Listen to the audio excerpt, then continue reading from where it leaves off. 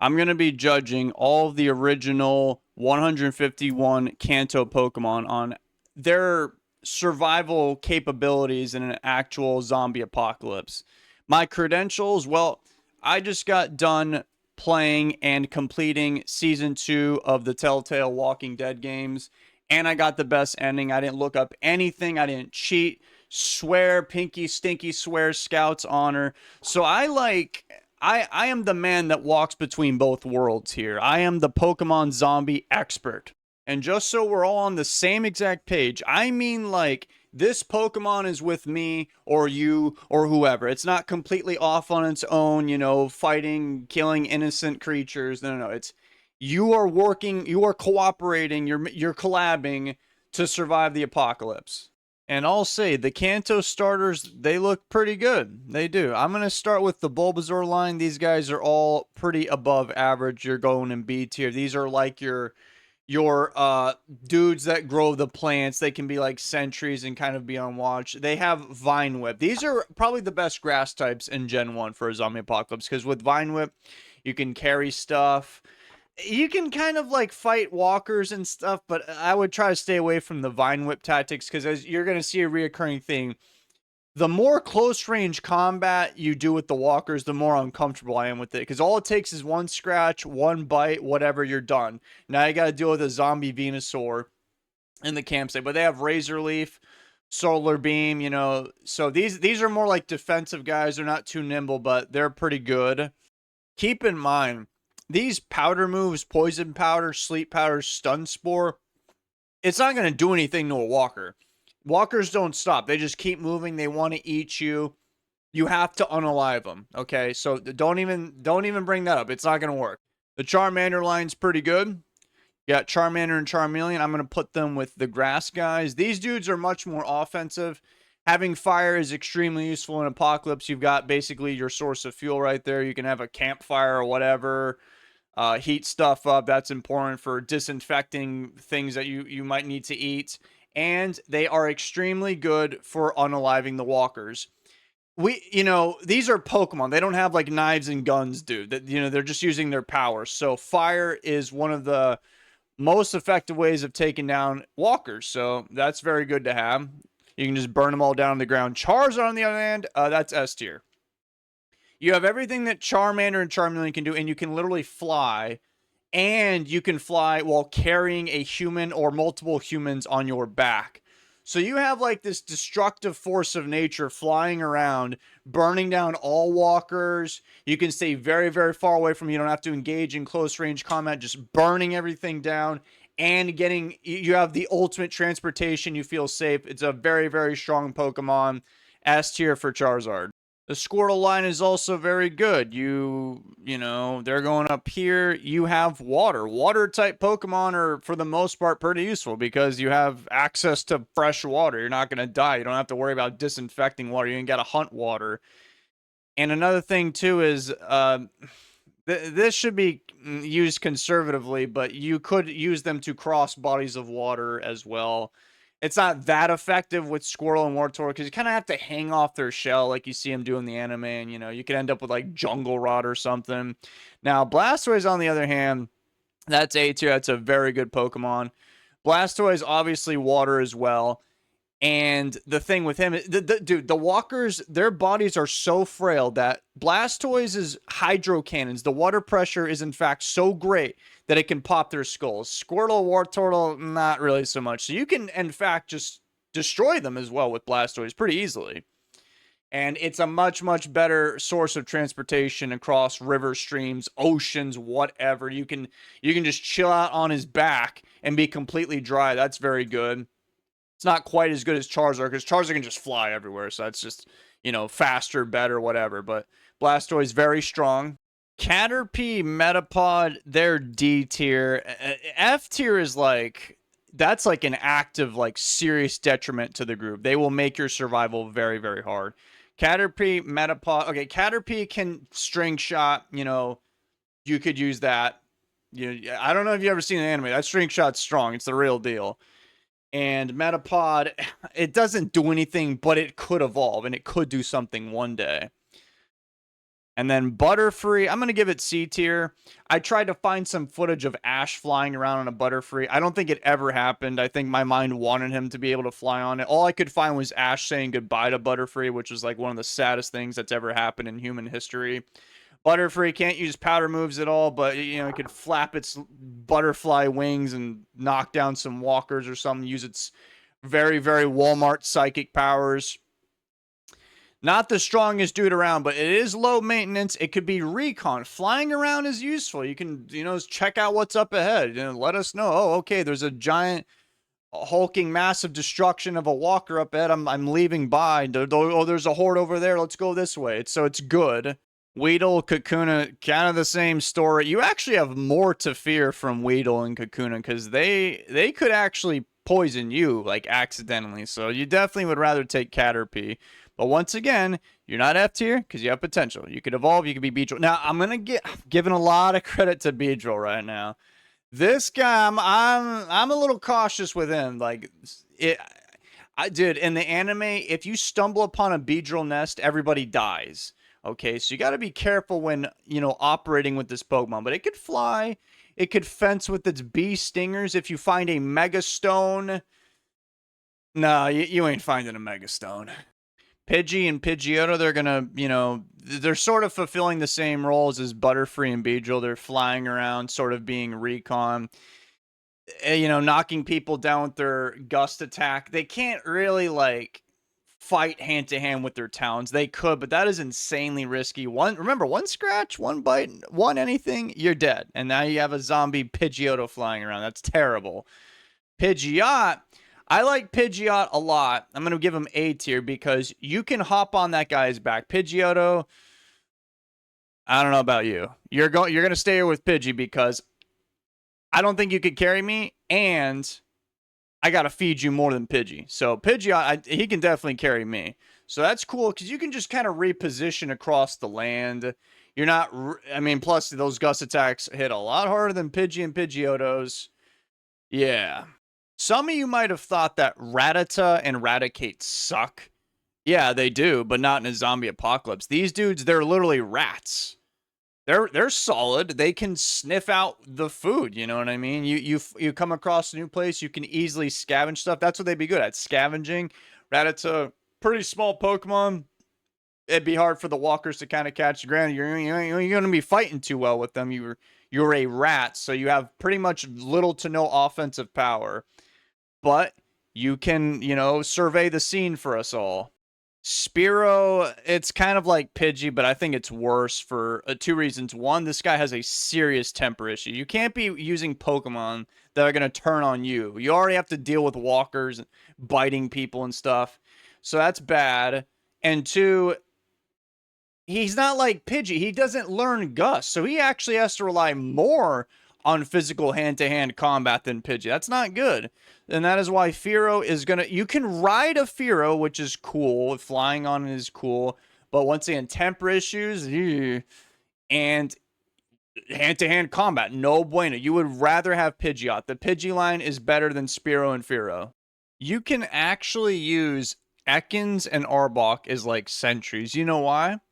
Because other survivors, they're going to be doing the Rattata cringe that I talked about. They're going to try and invade your camp. They're going to go on a little stealth ops mission. And they're going to get killed by Ekans and Arbok. So it's very good at snuffing out, like, rodents. Because you got to protect your supplies. Like, your life is on the line. Right? So they're very, very good sentries. Nobody wants to mess with a camp filled with venomous snakes. Pikachu and Raichu are first electric types. These guys are very similar to, like, fire types. Why? Because of energy and the fact that they can kill walkers by pretty much cooking them, vaporizing them like a fire type. So that's what they provide. I actually think that Sandslash and Sandshrew, they'd be pretty useful. Above average usefulness. You can pretty much use them to, like, make shelters. Another really good thing is that they're the first Pokemon other than Squirtle and Wartortle. I forgot to mention this, but they have built-in armor. The rest of these Pokemon do not. Like their backs, if a walker bit Sandshrews back, it's not going to do anything. He's going to break his teeth, right? They can, Sandslash can use its knife-like fingernails to slash their heads off. Good. Like I said, for digging shelter, they can provide some muscle around the camp, and very, very cooperative Pokemon. That's very, very good. So I'm giving them a strong B tier.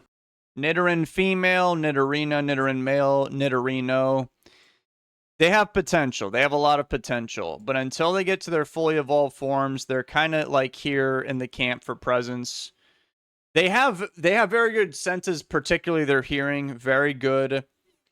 And that's kind of it. They're sort of just here to kind of they'd be like patrolling the camp. That's kind of it. It's good, it's just Pokemon that can kind of do better things. But when they evolve, oh man, Nido Queen and King are savages. These are some of the best land fighters you can have.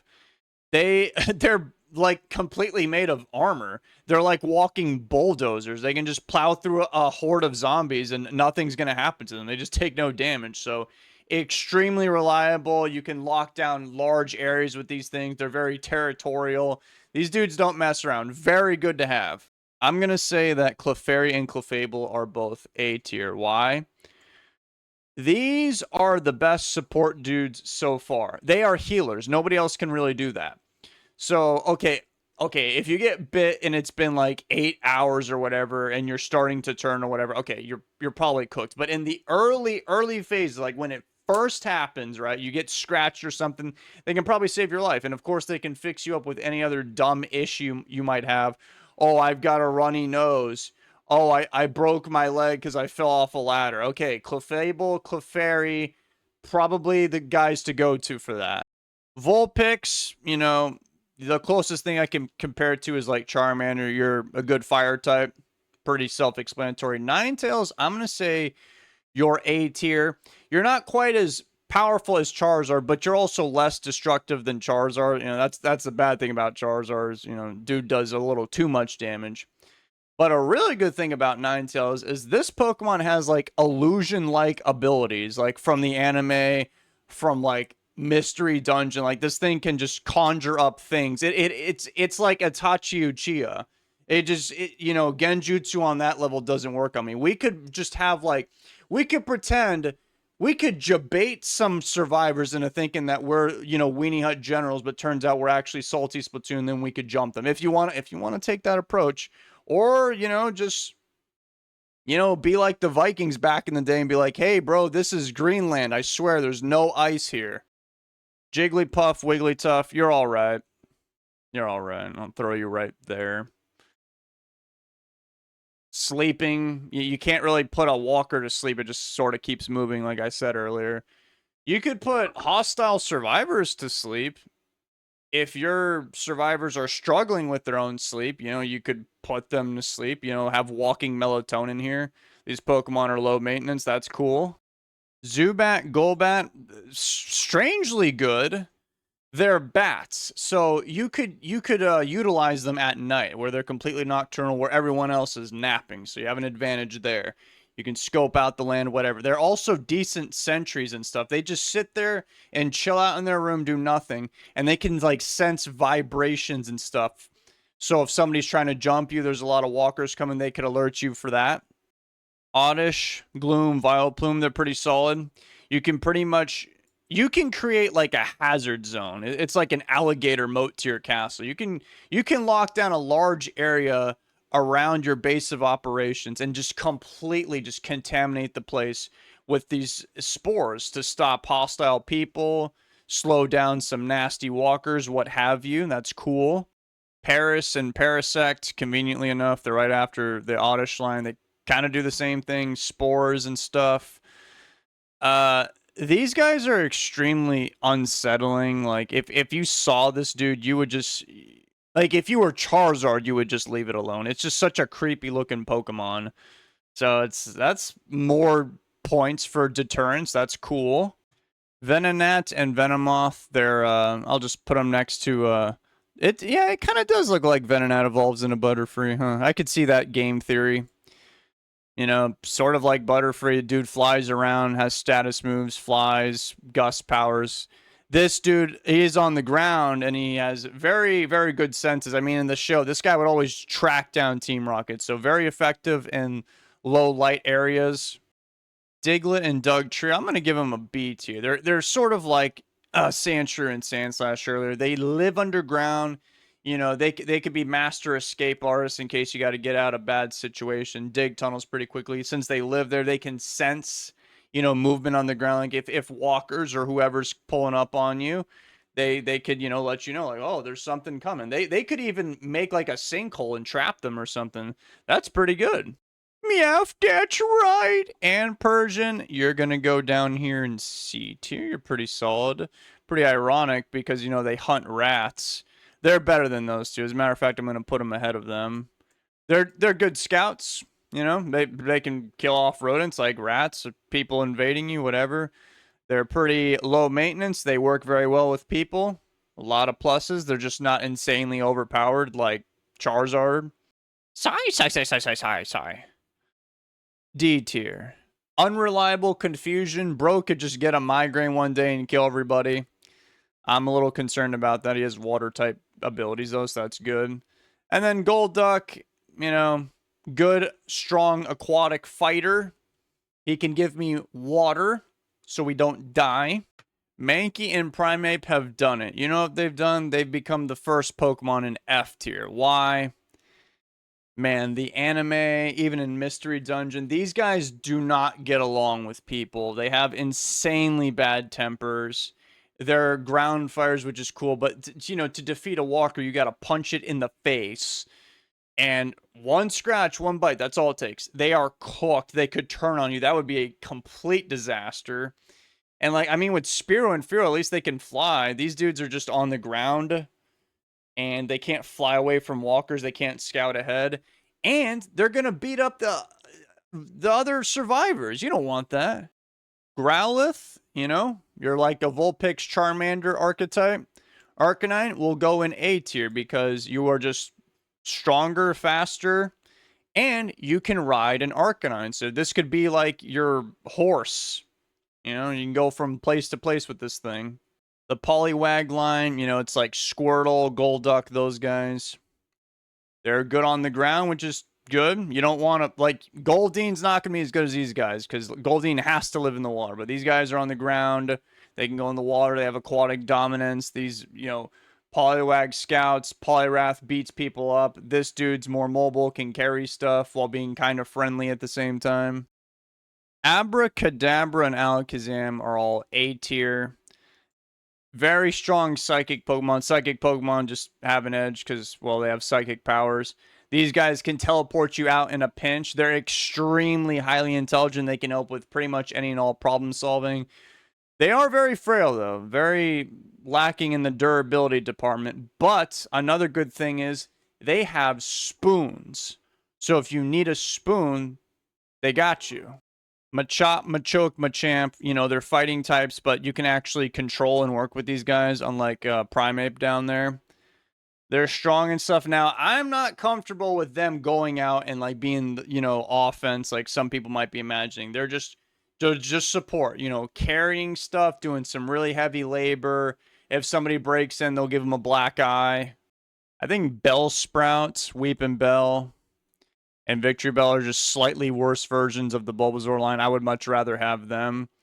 Like, I don't know, like Bellsprout, you just, you know, the wind can knock this guy over. Weeping Bell looks funny. And then Victory Bell, you can have it as like a trap in like a doorway or something. But like, what happens if a walker falls in it and then bites Victory Bell? Now you have a zombie Victory Bell. Tentacool and Tentacruel are very good like sentries in the water. The bad news is, for most people in Apocalypse, you're not just going to be on a beach the whole time. You're going to be in cities, forests, mountains, or whatever. And these guys, they're unlike, you know, these guys, these like Squirtle and all them, these dudes are pretty bad on the land. Very good in the water, bad on the land. So, you know, they can be kind of a liability. Graveler and Golem are excellent. It's like Nidoqueen and Nidoking. They're basically these armored fortresses of destruction. They're siege machines. They basically can't even turn at all. They're just rock. So you have this extremely reliable, dependable Pokemon. I guess the bad thing is these dudes aren't very fast. And they make a lot of noise, but they're never going to turn. Now, I actually think Geodude is S tier because it's like these two. You can't turn at all. You're much lower maintenance, and you can fly. So I could just grab Geodude or sit on him, and he'll just fly me away. That's really good.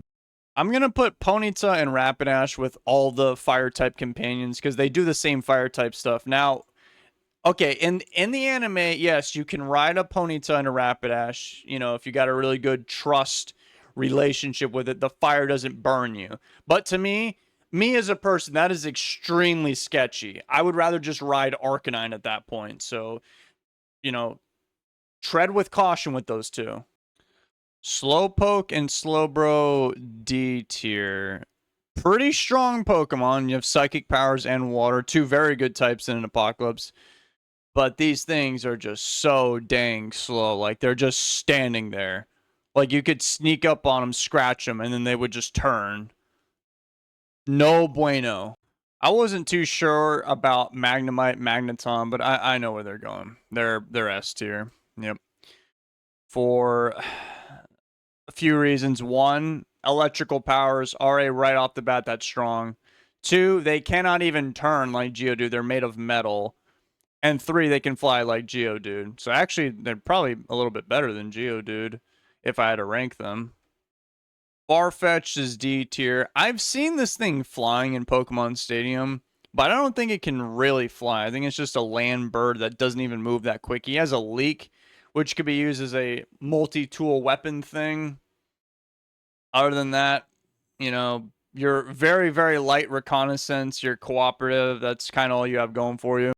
Doduo and Dodrio are pretty good modes of transportation. I literally would rely more on them than the actual two horse Pokemon right there. I am more comfortable sitting on Dodrio's back than Rapidash. I don't want to get burned alive. Seal and Dugong are sort of like the Tentacruel brothers. Very strong in the water. That's what they live for. In colder waters, too. So warmer waters, you want to choose the Tentacruels. Colder, you know, Seal and the Pokemon that's literally an ice type. Bad news is they're very weak on land. They just kind of sit there and clap. You know, like Misty's gym had a Seal. That's all he would do is just sit there and clap. Grimer and Muck, probably the weirdest Pokemon for me to judge. I'm going to put them in F tier. The best thing about them, the best thing that most Pokemon do not have this is they can't really turn. They're just a pile of sludge. The bad news is basically everything else. They are huge, like, health concerns to everybody surviving. These guys could, in fact, be more of a detriment and more of a threat to you than the zombies themselves. So you could do something like you have them in like an alligator moat, like the Oddish guys in Paris, but it just seems like somebody's gonna get some Ligma with these Pokemon nearby. Shelter and Cloyster, I would say, are worse versions of Seal and Dugong. You know, very good at patrolling. Actually, no, they're not even really that good at patrolling. They kind of just sit there, but they're good at defense. They sit inside shells. They couldn't turn, not that it would matter, because you're not going to bring these guys on land because they cannot move. Like, Seal and Dugong can at least kind of move. It's a little frustrating. Tentacruel can move. These guys will just sit there. So, yeah, you don't turn, but you are basically a liability because I got to feed you. I can't really use you on land at all. At least those ones you can kind of finagle it. And they just sit there. That's the main problem. They just sit there. They're probably the least mobile Pokemon. Oh, wait, no, there's Metapod. Okay, yeah. You're a little bit better than Metapod. Yeah, you can actually use water abilities and keep us all from dying. The ghosts are, I believe, very good. These are like the ultimate trolls in the Kanto region. Very good psychological warfare. They are the best in the whole region at like infiltration. Like, they're ghosts. They just walk through walls. You could infiltrate an enemy fortress and just ruin their whole day. Right. Now, they don't have the same, like, frontline offense like, say, Nidoqueen, Nidoking, but they also don't turn. They can't turn, you know, like those guys. That's very good to have. And they're funny, and they can fly. Me and Onyx are having a truce for now. This is S tier. This guy is like an Alaskan bullworm, okay? This dude is the most impactful Pokemon in terms of terrain control. It's a giant snake that digs tunnels through dirt easily, mountains, whatever. In very, very good, you know, you can sense like, oh, there's Pokemon nearby or whatever. Very strong. It's gonna crush people. It cannot turn. Onix actually does do a lot of great things. Whoa, those are Brock's Pokemon. That guy, that dude was planning. I think that Drowsy and Hypno are the much, much creepier versions of Jigglypuff and Wigglytuff. They might even be a detriment, like these guys down here, with how insanely unsettling they are to have nearby, you know, with people.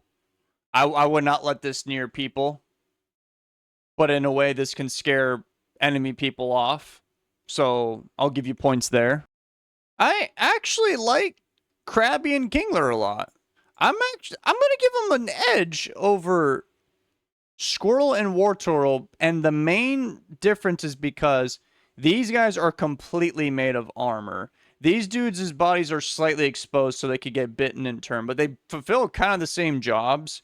I think Squirtle's probably feels a lot less awkward on land, but I mean, these guys, they could like crush a walker's head like a watermelon.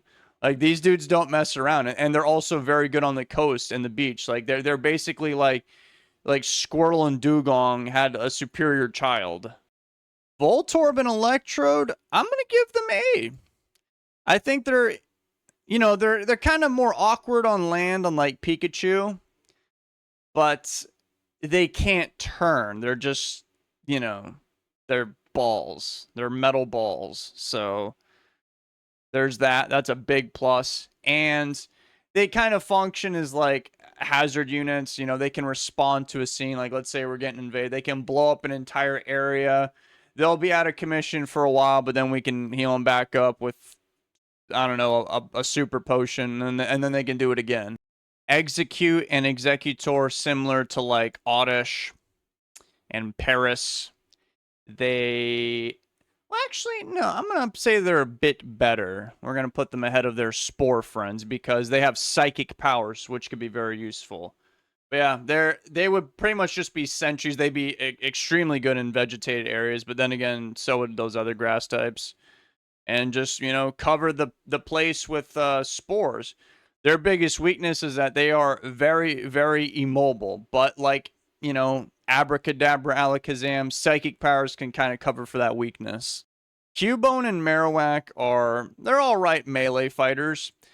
They don't have, you know, completely covered armor. They have a helmet, which is nice, but, you know, they're not that fast, so something bad could happen to them. But what gives them an edge over a lot of melee fighters is simply because they have a bone. So they don't have to be, like, right on top of you. They have a little bit of range to work with there. You know who doesn't have a weapon and a little bit of armor to defend themselves? Hitmonlee and Hitmonchan. They must use their fists and or feet, perhaps even a little bit of both.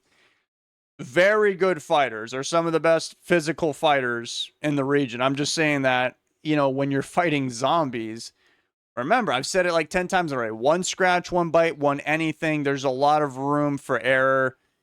It's a little scary, but at least you'll work with us, unlike Primeape. Lickitung, I almost put you in F tier, but like, F tier is like, this is a lot of bad things. Lickitung, I guess you could. Oh my god, that tongue is so weird. Ugh. You can use it to grab stuff or whatever, pull some stuff. It would just be like moving stuff around the base, like Machop and those guys. He would just do it in a much, much weirder fashion.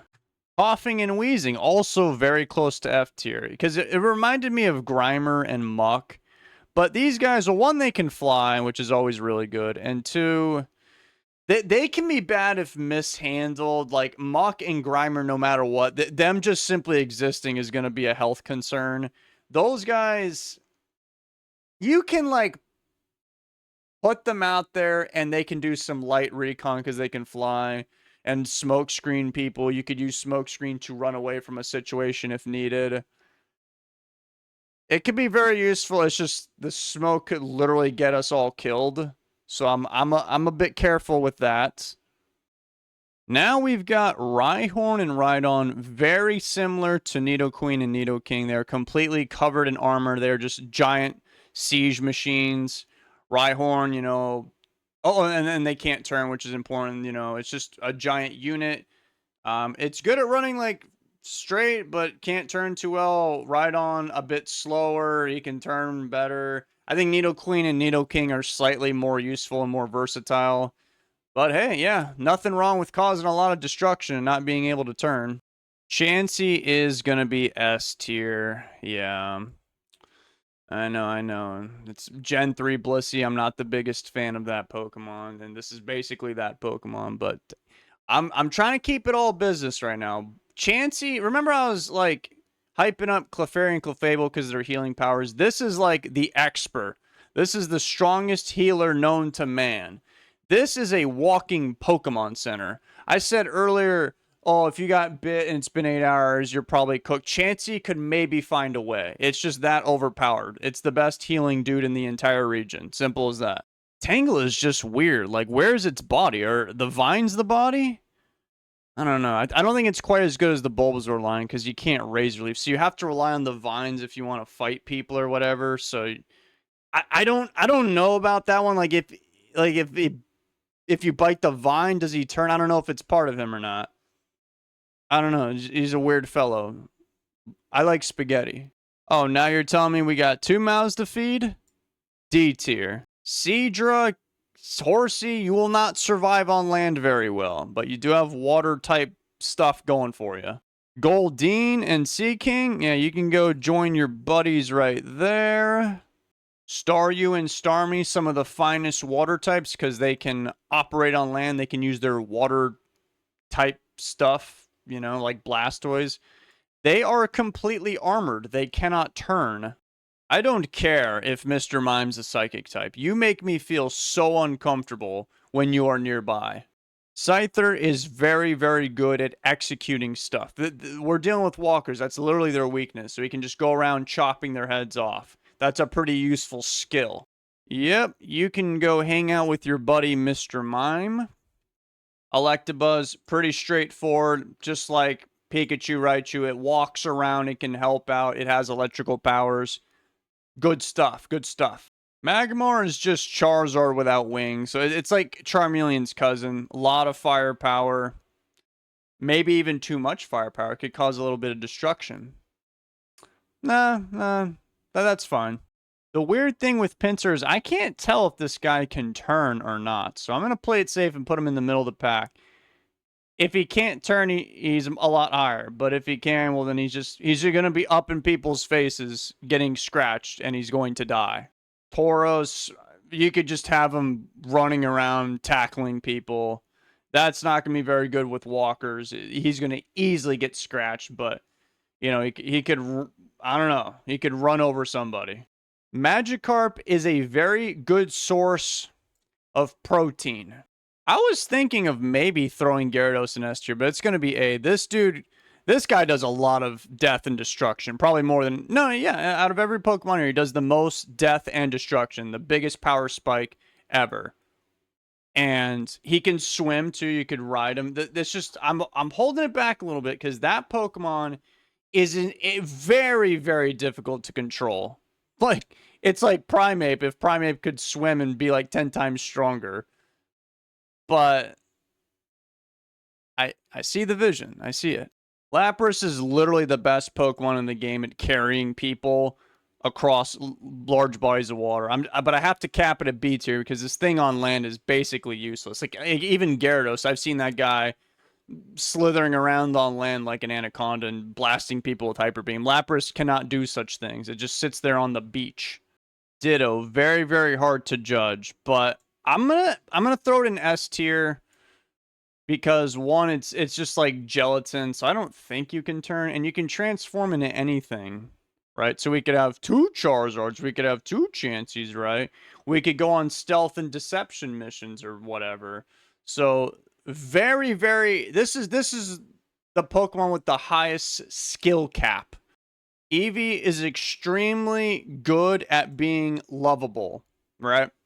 That is what it offers for survival. You got to have companionship and emotional support, and it can evolve into 3 different Pokemons. I think all the evolutions land themselves in a strong B tier. They're all grounded, they're all extremely cooperative. You know, Vaporeon, good in the water, provides water. Jolteon provides electricity. Flareon provides fire. These two can vaporize people. This one can, like, go invisible in the water and go on a stealth mission. All above average skills. Man, there are some weird Pokemon in this game. Next is Porygon. I'll give you a C tier. You can, jump into the Matrix. We could check out an old hospital. You could hop in there, hack into the security mainframe. I'm trying to help out Porygon. Look, he can't turn, okay, and he can do some stuff, so that's cool. Ammonite, Amistar, Kabuto, they're like Shelder and Cloyster. They kind of just sit in the water. I guess that, they could help out with being a sentry, but they're so slow. Even on land, they're so slow. Like, even like Tentacruel can, move around kind of awkwardly on land. But in the water, they're so much faster than these guys. These guys just sit there in the water and don't do anything. Now, Kabutops, on the other hand, this guy is an engine of destruction. This guy's like Scyther on steroids. It's crazy. Like, if Scyther could not turn or be bitten, this would be the Pokemon. It can't turn, and it just goes around just slicing people. It's not quite as insanely impactful as these Pokemon. These guys are all like multifaceted weapons. This guy's just one weapon, but it's a very good weapon, and it does it very good. I'll say Aerodactyl's A tier. It's a Pokemon you can fly around, ride, kind of like Pidgeot. I'll put it ahead of Pidgeot because maybe with Aerodactyl we can just rock slide flinch the whole entire apocalypse and win the battle. I'm sorry, Snorlax, you're definitely F tier. This was like one of the first Pokemon that came to my mind when I was thinking who's the worst. Snorlax just sits there and sleeps. And the worst thing about Snorlax, worse than any other Pokemon, is this guy eats a lot. To keep this thing alive, we have to feed it an insane amount of food. He's going to dig into our rations. He's never going to wake up. He just sits there, so it'd be very easy for him to turn. And if he turns, that's like the scariest Pokemon ever to turn, because then he doesn't sleep. Then he just chases after you 24/7, trying to eat you. And it's a very strong Pokemon. Very, very dangerous. That is F tier. I am sorry. The legendary birds are literally legendary Pokemon. These guys are insanely strong canonically. I'll even put them, I guess, ahead of Charizard because they can fly.